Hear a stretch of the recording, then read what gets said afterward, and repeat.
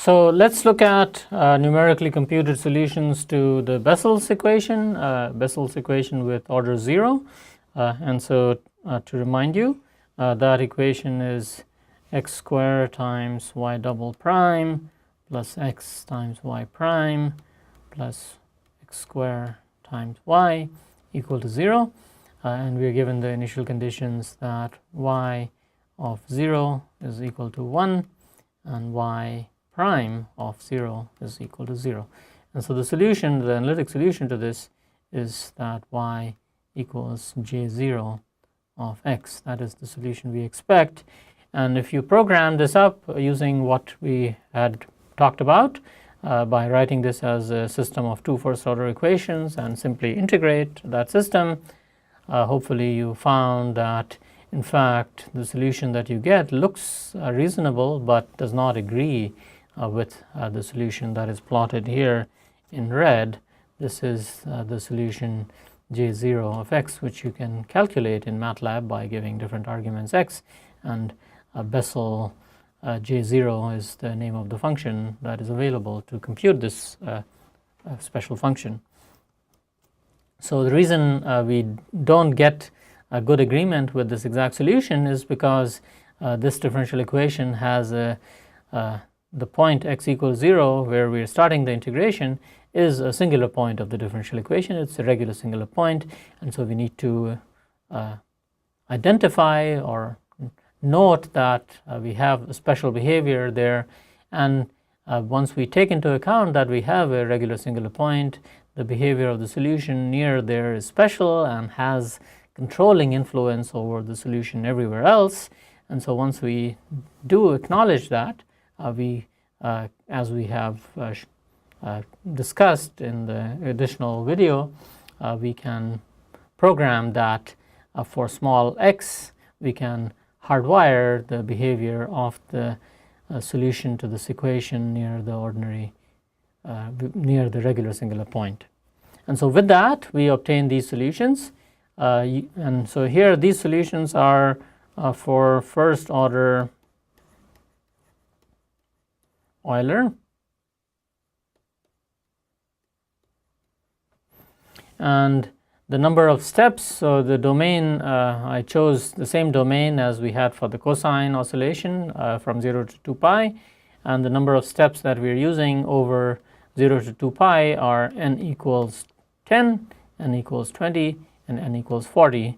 And so we can see that as we increase the spatial points, we improve the solution goes towards this expected solution, although it has discernible errors, significant errors, even with this kind of resolution. With 40 points between the left and right end here, with the spacing that is indicated, we may expect to be able to do better than this.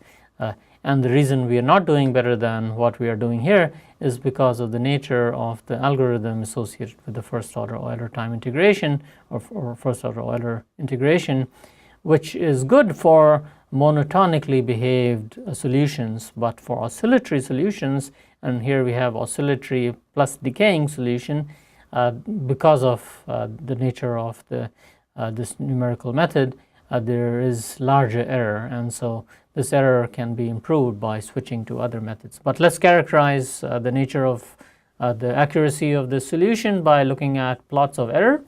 And so here we have the error norms plotted against time step or spatial step, and we can see that the error shown in terms of 2 norm is plotted in black, and the error in one norm measure of the error is plotted in blue, and the infinity norm is plotted here.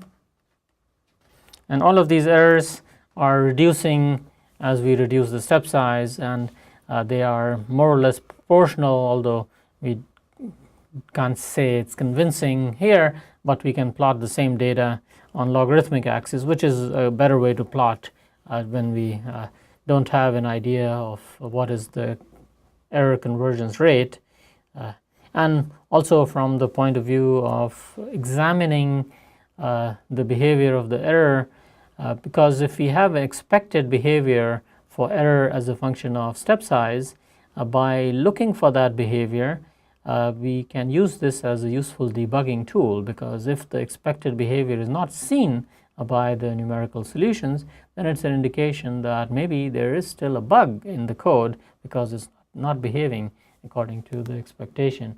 And so putting error on logarithmic axes is very useful from that point of view. And so let's look at the error on logarithmic axis next. All right, so we are looking at the same error norm as of the error that we have described before as a function of step size. And we can see that for this first order Euler,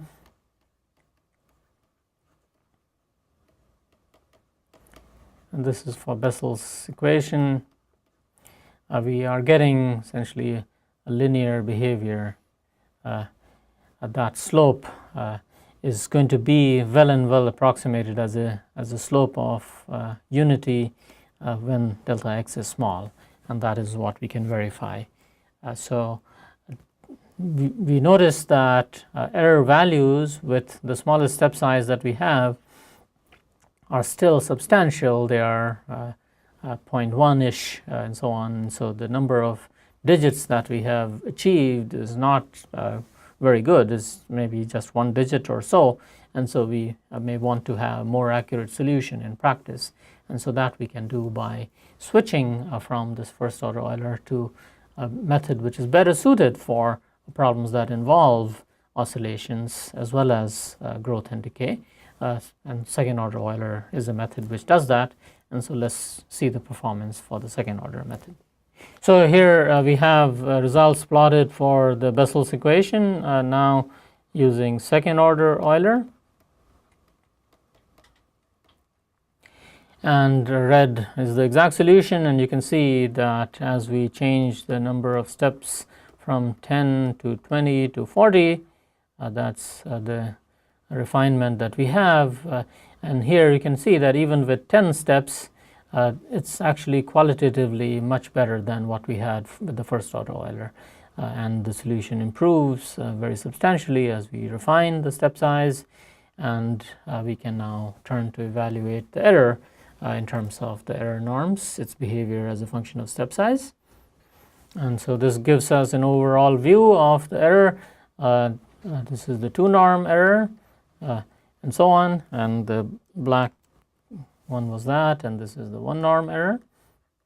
And we can see that the errors, the peak error with this large step size that we had, which had only 10 points across this whole oscillation period of 2 pi. I mean, 2 pi is not an exact period of oscillation because this is a decaying solution here. But the error is substantially less compared to the first order method. The error norms quantitatively are significantly smaller in their number, and they decrease more rapidly than the step size itself. And so let's put this data on logarithmic axis to see exactly how this behaves. And so we'll switch to that plot now. So here we have Bessel's equation,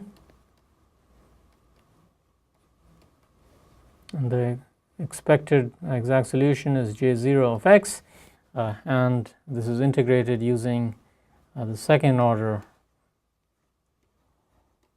Euler, and the symbols are according to the convention that we've been using, that black is the 2-norm and blue is the 1-norm. And we can see that error as a function of step size reduces, and if it is behaving like a second order method, then this is 2 decades and this is 1 decade. I plotted it so that it would work out exactly in this way. And it's good to plot things in a very legible, clear way and so on, so you can see what is going on. And if I can borrow an edge to draw a straight line between these 2 points, you can see that I will try to do a good job of connecting these points. And so that's the slope of 2 on this logarithmic axis, and you can see pretty convincingly that the blue symbols are lying parallel to this line with a slope of 2, and you can see if I were to displace this line a little bit, we'll find that the black symbols, the 2 norm error, also is behaving quadratically with respect to step size, and that's the expected behavior for the second order method now applied to Bessel's equation. And of course we can apply this method to more complex equations for which we may not have analytic solution, but we can do this exercise of continuing to refine the step size. And say I had an equation where I didn't have an exact solution, I can compute a solution with very small step size and use that as a reference solution to define error or deviation, estimates of error, by taking difference relative to the finest mesh solution and then plot in logarithmic axes, and again look for these logarithmic slopes to determine whether or not we're getting expected behavior. So that would be a way to evaluate the quality of the solution for problems for which one doesn't have analytic solution.